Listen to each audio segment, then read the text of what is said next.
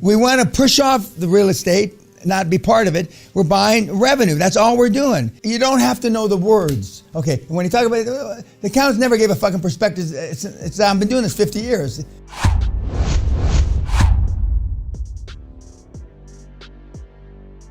But you're paying overtime when you work on the weekends, and that's why many surgeons don't work on the weekends. But I mean, the profit margin in vascular surgery is pretty big. But where a surgery that he used to get $18,000 for, now he gets $9,000 because the insurance companies have cut back in payouts dramatically. But that's one of the reasons why he didn't continue in the vascular surgery roll-up. But in medicine, the hottest thing is telemedicine. For a lot of obvious reasons, yeah. Mr. Pena, from the cases we've seen, so no business card, no website, no fancy, only the executive summary, an email, a phone. Why don't you, I can just see your website in Spanish now. I can just see it now, a thing of beauty, And I can just see your business cards with little flowers and shit around it. I mean, why? The answer is no. Your board's going to want a website. Your board's going to want business cards. And then you fine. I said, you go find another board then. And I say that because that's how I talk. You will not tell your industry expert to go find another company if you want a website. There's a lot of bets I'll make in this room, and that's one of them. I mean, not because you're not thinking it, not because you don't have the balls to say it, but it's so far akin from how you've been trained, you wouldn't do it. What is a website other than marketing propaganda for a startup newco with no money? What is it going to say? What is it going to say more than you said on your executive summary? Nothing. I'm just telling you. But he came out of that stable. We've gone back. How did we feed those guys? Because that group that he was a part of, Josh Kim, the guy that stole the $245 million, all came out of the same group. And we've gone back. I've looked at the slides. Maybe we put something in the food, or because that's the highest portion of superstars we've ever had in one seminar. And I don't know. None of them, their communication skills aren't. There are no super salesmen in the group, but they had super results. And yes, sir. Did you say he sold his own business to? He bought his own practice. Or his own practice through seller's finance. Correct. And commercial debt. And he's not there. I mean, we've got a lot of guys that have bought their own business. I normally recommend it be your first purchase, because ideally you can get it done the quickest because you're on both sides of the transaction. If you're an engineer, that doesn't mean shit because you can fuck it up on both sides of the transaction. Yeah. But normally, if you're buying, hey, I know you, you're me, I'm buying from you, and yeah, I know you. But sometimes it works out perfectly, and sometimes it works out all fucked up. And now you've got a deal. Now you don't have to worry about that anymore. And you've gotten paid normally full price combination. You've been able to pull some money out, and it works terrific. And he didn't do it the first. That clinic that he showed the picture of was the first. And now this perception is reality slide. You can tell I'm the one on the right on the top, but I'm the one on the left on the bottom. Perception is reality. You see the top picture, it looks like three old guys at a retirement dinner, which it was. The three old guys at a 50-year reunion. Below, we're being recruited. We volunteered into the Army that's June 21st, 1966. And that line sergeant equivalent was lying to us. He recruited us in on a buddy plan. The Army and the Navy and the Marine Corps said, you three guys can go as buddies and you're going to serve in the same stations for your career in the military. That picture was the last time I saw those two guys for years. Which one's in construction and the one's in jail, right? No. These guys are the guys that I still know. The guy on the left, retired construction, German, Wojak's his name. The guy in the middle, retired casino executive, and then me. And then that's us as kids. We were all 20 years old there, and that lying piece of shit. And then when you talk to recruiters, we tell everybody we're still selling off the buddy plan. And the last time you saw them is when they took the picture of you. I didn't see them for years after that, for fucking years. And they ought to do a fucking expose about the military. But anyway, perception is reality. I mean, when you go, the way we're dressed down below, even though we weren't dressed like bums, we're going to get a different response if we had been wearing suits. If we had been wearing suits like we are above. But any questions about Joe? Yes, sir. Really, you said buy revenue. So he means gonna buy, not buying assets. No, he's buying revenue because we're in the revenue buying business, guys. Right. We want to push off the real estate, not be part of it. We're buying revenue. That's all we're doing. There's nothing else to push off. Well, no, there is. A lot of times the revenue is going to be associated with real estate. But let me take a lease on that. Let me take an option, a 10-year option to buy in 3 years. Okay. You don't want to use up your powder on property because the property is going to increase the EBITDA you're paying for it because of the value it brings. If you buy $1 million business with $1 million property, that means you're buying a $2 million asset, and the cash flow probably just barely covers the $1 million. So you want to push off, and that you do that by asking or demanding, for that matter. You just walk away. Fine, it's a great business, but I mean, and they want you to buy the real estate. They built the building, bespoke building, thinking that someday that when they sold the business, they could keep the building as an extra income. And that's exactly what you tell them. Fine, we'll increase the rent 20%. You keep the property, and I have an option to buy it in 3 to 5 years. And normally they'll do that because you're not cheating them. There's nothing wrong with it. He increased the lease. Pardon? The lease on the property. He signed a bigger. Well, I'm sure he's going to increase the lease. He's not going to get. But sometimes the real problem is he doesn't own the building. The property guy down the street owns the building. He doesn't tell the property guy that he's selling his practice. Now you've sold the practice, and on almost all leases is a change of ownership clause. If there's more than a 50% change of ownership, the lease is null and void. So now you got to go back to the owner of the building, and renegotiate the lease. After you've already bought the fucking building, you're fucked. So you've got to tell the dental or the medical, in this particular case, medical professional, I want you to go to the owner of the building and renegotiate the lease. Because once they see it's you and you've got no alternative, they're going to bend you over. Just like a good Dutchman, they're going to bend you over. So you want the current tenant to renegotiate the lease. You want an extension for 5 years, you'll tell them. But several of the kids, unfortunately, even though I say this in the seminar and it's in the thumb drive, the seller doesn't want to tell the landlord because then he's going to have to tell the employees. A lot of these deals you're going to buy, they're not telling their employees until the day the fucking thing closes because they're afraid the employees will get nervous, leave, steal. In Italy, mostly steal, not leave. And so one of the questions you've got in your quality of earnings, have the employees or other business partners been notified that you're selling? And they'll lie to you. Can't believe it, huh? They'll lie to you and say yes. And then you'll say, but I'd like to double check, can I just pick any 3 employees? And then they'll say, well, no, and then they'll back up and retrench. But if the employees don't know, when they know, then you can start your selling pitch, how they're going to get equity, how they're going to get cash bonuses, and they're going to want to stay. If you close on Friday and open up in your name on Monday, if anybody shows up, I'm surprised. But what the seller is worried about, if you tell them 6 weeks before, they'll steal it. Well, this is a slight exaggeration. They'll steal everything, or they'll misdirect patients, which all happens. They'll cut a deal with another, doctor. Every patient I send you, I get $200 or whatever. Yep.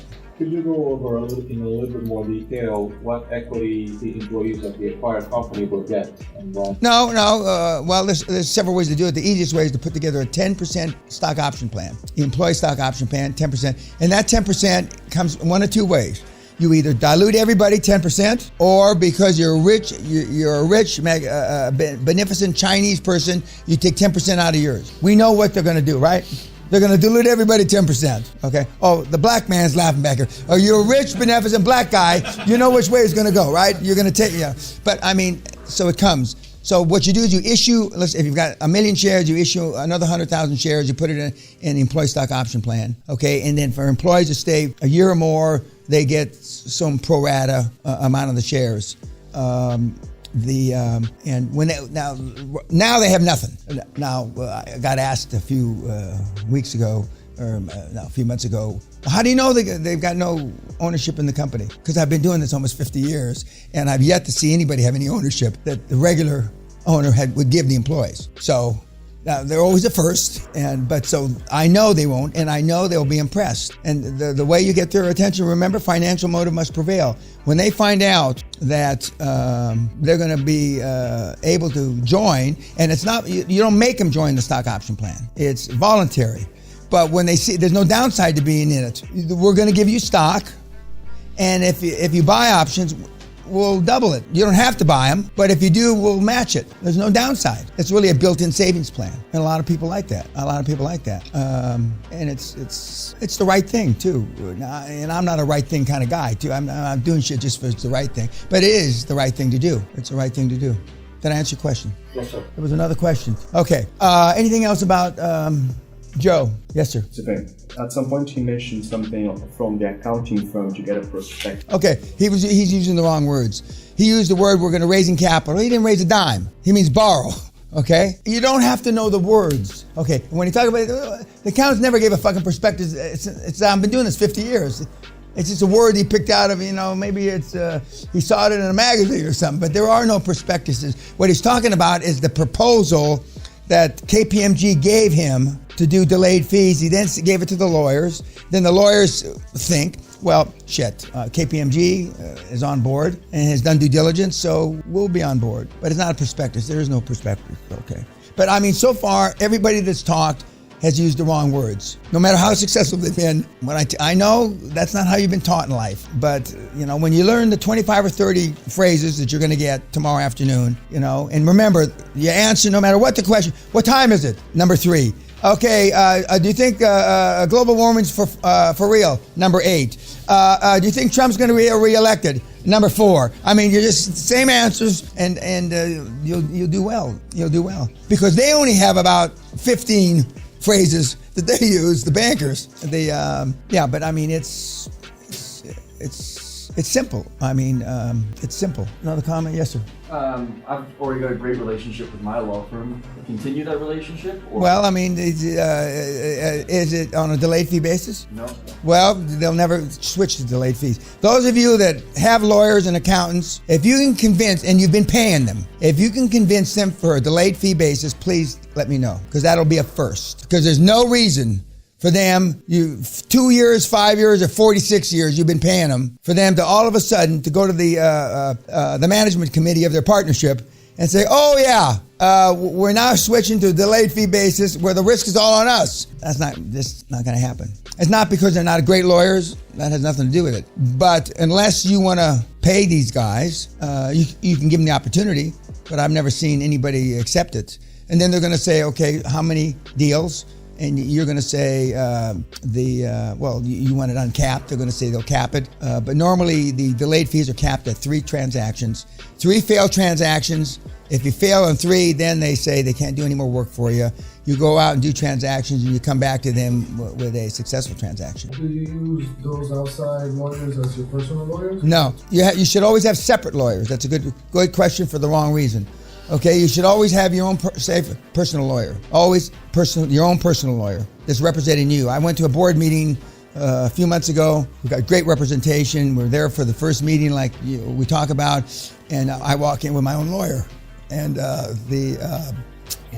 company lawyers wanted to know why. 2 of the board members wanted to know why, and then Tim, they wanted to know, when when the meetings open up, you stand up. My name's Dan, and you talk a little bit about yourself, and then Joe, I'm a lawyer partner. But when it gets around to Tim, he says, "Well, I've represented Dan for decades, and I'm here to make sure that he's around for me to represent for more decades." That was his introduction. You always want your own lawyer, and you pay for your own lawyer out of your pocket, not out of the company's pocket, which will be a strange occurrence for some of you, if not all of you. Yeah. Did he went to meetings with you too? No, the last board meeting. No, the penultimate, the second to last board meeting I went to one of you guys, not you guys, but I mean a mentee in Los Angeles. I brought my own lawyer because there were some sticky subjects. Because some of the banks are going to tell you they want all the directors to sign. Some of the banks will tell you they want financials on all the directors. Some of the banks will say that we want everybody more than 20% to guarantee the note. That's pretty much, there's no coincidence why I always have 19%, because 20% seems to be the threshold. And when they say that you want the directors' financials, fuck off. When they say that they want the directors' tax returns, fuck off. When they say they want the directors to guarantee, fuck off. You'll soften it up, but remember, you didn't recruit these guys to show their net worth, tax returns. You recruited them for their expertise. But some of the banks, it's in their playbook. But normally that'll be a young, inexperienced banker, because nobody that's got a half a brain that's on a board is going to guarantee any fucking corporate debt. Once in a while, maybe there are some idiots running around, but I haven't met one any time or any recently. But they will they're on the other side. If you don't ask, you don't get. But I mean, the truth of the matter is, when most of you that don't have any assets, you guarantee these notes, it means nothing. A guy that's got a $20,000 net worth guaranteeing a $5 million debt, I mean, it's not worth anything, you know. Josh Kim and his 15-speed bicycle, what's that guarantee worth? How much does a 15-speed bicycle racing bike cost? A couple grand? $5. Oh, five was worth more than I thought it was. We should have put that bike down, Josh. You know. The fuck, I don't know, they would cost that kind. But you could, it only weighed like 2 pounds or 3 pounds. I mean, it was really light. Yeah. Anyway, well, now he's big. Now he's living large, like I want you to live large. From a 15-speed bicycle to $1 million race car. That's a quantum fucking leap. But that's a good. We got a lot of good stories. But in your account, and you say it right, it's the same thing. Pardon? In your account, and you say it right, it's the same thing with your hard to see. Yeah, but you want two different accountants on the board. You want one to be CFO, and you want another one. You want two. Remember, two industry experts. It's probably even better to have two lawyers, two accountants, one of which would be the CFO. Your CEO and chairman might be a lawyer. I like two, because you want second opinions. And in fact, what you really want is, when your law firm says something, you want both lawyers on your team to say the same thing. So you really got three opinions. You want, because it's your neck, guys. You're the one that has 60 or 70% of this thing. And it all goes down the fucking toilet. You're the one that loses. I mean, even if you cut this pie up all screwy, you're going to have 60%. You're going to have 60%. And what did you put in? Nothing. Now, that doesn't mean just because you didn't put in anything and you put in nothing doesn't mean you deserve nothing. And some people will argue that. And I needless to say, I hope I don't have to tell them to fuck off, or however you say fuck off, I've taken it into. I used to have a guy. I've taken your suggestions into consideration, Mr. Pena. And at the best of times, I would think that your ideas are ludicrous. Yes. At worst of times, I think that you're crazy. That was his way of telling me, English guy. That was his way of telling me, fuck off, Dan. I'm not, what are you smoking, Dan? That's the equivalent of me saying, what are you smoking? Give me some of that shit. We have the slides, right? The